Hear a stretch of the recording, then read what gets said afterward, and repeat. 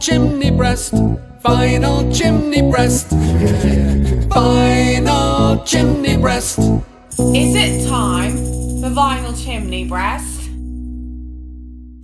Yes, it's week 18. Ooh, that's fancy.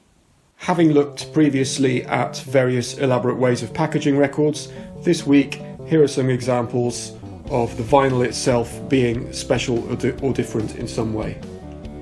Yeah, this is a 1987 release by Anthrax, a single of I Am the Law. This is actually a live version. There are 2 live tracks on this, which came from a BBC session produced by the ever-present Tony Wilson. And this is one that I ordered from a catalogue at the time of release, and that's on a nice red vinyl. This is Europe's 1988 album Out of This World, which was the follow-up to that album containing that song. This is a really great album, fantastic musicianship, great songwriting. Lyrically there's quite a bit of kind of rocking all night going on, but if you can see past that, it's really strong stuff. And this one came out again on red vinyl, and it's a process by which they introduce various coloured dyes when they're making the records, and vinyl nerds do go on about whether or not certain colours sound better than others because the dyes can make the records a bit more brittle or a bit stronger, change them in various ways. But this sounds good. Flight of Icarus by Iron Maiden, 12-inch single from 1983. Picture discs particularly are known for quite often sounding bad. This one actually sounds fine. And this is a great piece of artwork from Derek Riggs. Famously, of course, you can see Icarus's willy. And amongst the silhouetted people down here, there are various things going on which can't be mentioned on the family show. This did contain their cover of I've Got the Fire, the Montrose song. It's a really good version. And I bought this in a great record shop in Loughborough called The Left-Legged Pineapple. This is another live recording, another Iron Maiden disc, a 12-inch single of Infinite Dreams.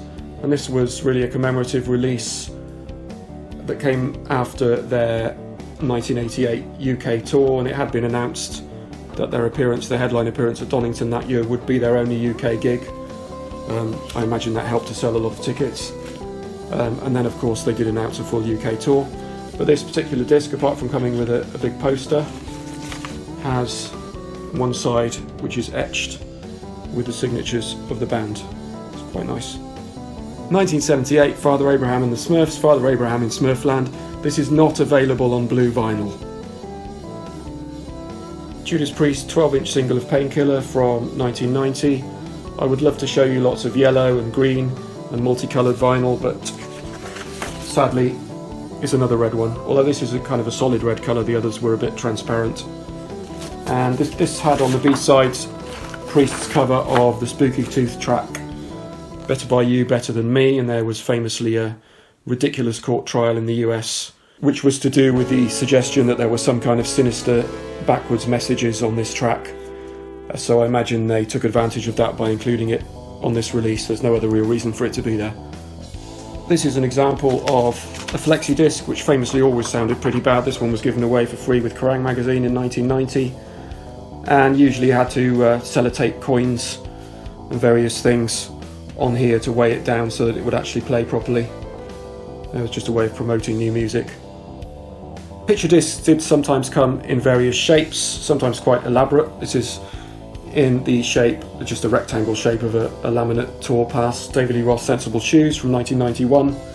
And this is one that I remember does sound particularly bad. It's really more of a novelty item. You can't really play it very successfully, but quite nice. Tour dates on the back there. Quite amazing to look back and think that David Lee Roth played it in Shepton Mallet. Another picture disc from 1991, Dedication by Thin Lizzy. This was a track which was actually pieced together from some demo recordings and released as a Thin Lizzy track. It does have obviously Phil Lynot's vocals on it, although it was actually written by the guitarist Lawrence Archer for Phil's post-Thin Lizzy band Grand Slam, and I think eventually the credit was corrected because it is just credited to Lynott on here. And this included 3 other tracks, well-known Lizzy tunes. All these were included on a compilation called Dedication, which was released just after the single as well. I mean, come on. Thanks for watching Vinyl Chimney Breast. All the music you can hear in the background is by See Through Head. You can find out more in the links under the description. Please click on everything, and I'll see you next week.